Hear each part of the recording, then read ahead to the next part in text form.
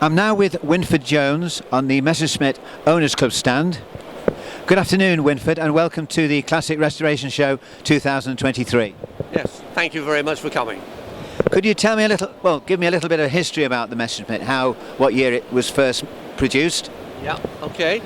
It was started by a man called Fritz Fend, and it was made for invalid people, for war veterans at the time, between 1949 and 53.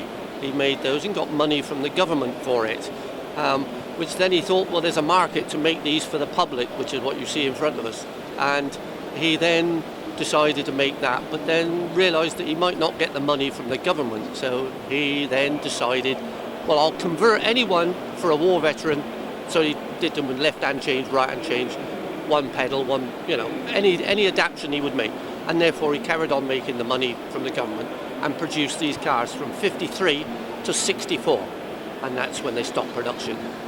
So any idea how many they actually produced in those years? Very difficult to say because we don't know what the figures were after 59.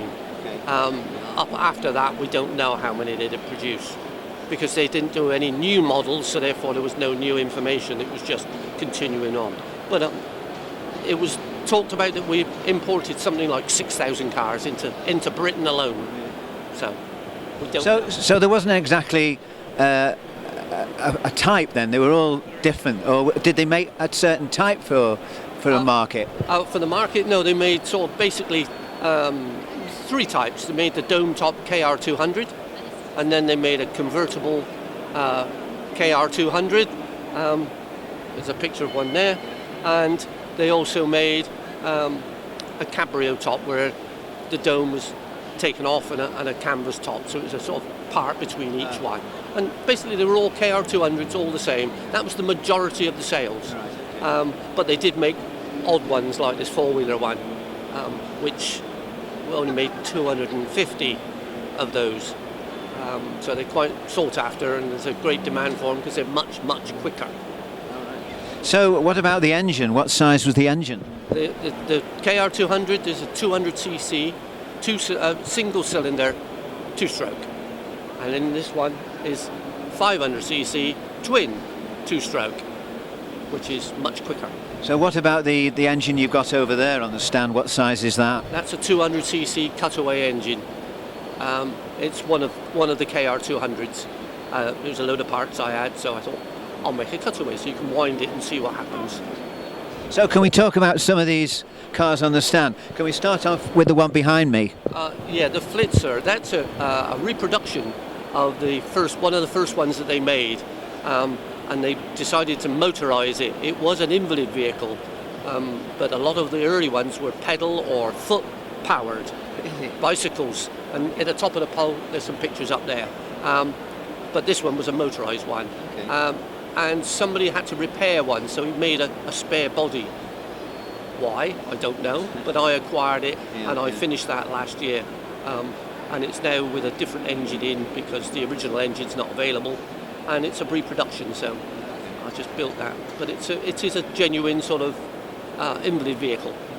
But So what about this one here, this silver colour? Normal KR200, that's not mine, that's somebody else's, but it's a standard KR200 200cc engine, and it's the run-of-the-mill ones, if you like. There's nothing different about it apart from the fact that it's very nicely done. So. And this one here, is this the birthday? This is the birthday car. Yeah. Yes, built in 1953. It's an original car. I've restored it. And it's, as I say, 70 years old. And it's a kickstart 175. They made an earlier version than the 200. They made a 175. Not many of them, but they did. And this is a kickstart one inside the car. So you kick it with your left foot. Really? Yeah, really weird. Amazing. And it's the only one in this country, so. And there are not many of those left. So they'll be really well sought after, won't they? No, they're horrible to drive, to be honest.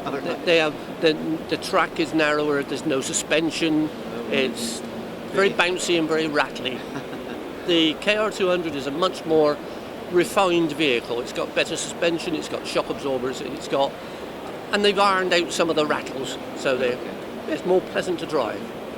So can we move on to the TG500. TG500? Yeah. Yeah, this one is I imported this one in South Africa from 8 years ago. Africa. And it's one I've been looking for a long time. I have a collection of cars. Right. There's more at home, and this was one I needed, or one I'd like, but couldn't afford it. But then eventually one come along at the price I could afford, therefore I bought it. And this From South Africa? South Africa. Really? Yeah, they're imported. I think it was only something like 8 of this particular model into South Africa. And I was lucky to find this one. And they crated it up in a box and sent it over. And what about the far one over there, the other silver one? The other silver one, again, that's another standard KR200, 200cc. It's one of the majority of the cars they built were all like with the dome top, KR200s. And what about the one that's in bits? Well, it's just like a chassis. That's how we start when we want one of the normal KR200s. You start with that. That's just the basic tub, and that's new panels in that and painted. So it's it's the start of a process of building a car. So how many cars have you actually got then? Have I got?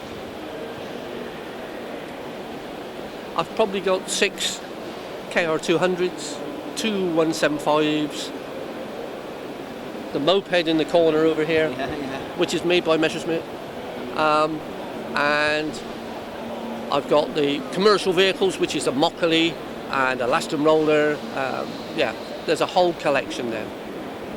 So during the end of their production, did they ever, were they all air cooled, still stayed as air cooled? Yeah, they never changed the production from 55 to 64. Was exactly the same as that KR200 there. They didn't need to change anything because it was good. I mean, I've drove my KR200 all over Europe.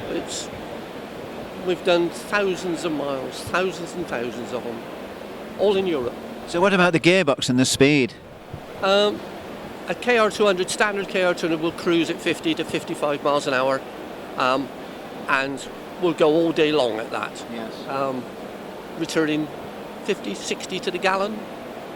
So, yeah, we've done some rather nice trips down to Austria with a wife in the back, and we did 966 miles and did it in 3.5 days. So did you do all the driving? Oh yes. She didn't want me. She didn't like the idea of driving it. No. Certainly not abroad on the wrong side of the road. No. But I think it's not, because it's in the middle, so it's not a problem. But yeah. Well, I do remember them. on the road when I was younger. These and the Isetta. Yeah. There was. BMW Isetta. I mean, certainly the Isettas. A lot of my friends were motorbike owners, and they had an accident, and they could drive an Isetta. And could they drive these as well? On motorcycle license, yes. All the three-wheeler ones you could drive on a motorcycle license, not this one. No, not the four-wheelers. Yeah. So yes, and a lot of people we know, motorbikers in the past, have gone on to, Messerschmitts as well. Yeah. They filled a gap. The three-wheeler in this country filled a market. It got people out of motorbikes into three wheels because they could still drive them, and they got covered transport. Yeah. So it formed part of English history, I think. Well, thanks very much for all the information, the history, and thank you again for the interview. No problem. Thank you very much. Thank you very much. Thank you. Cheers.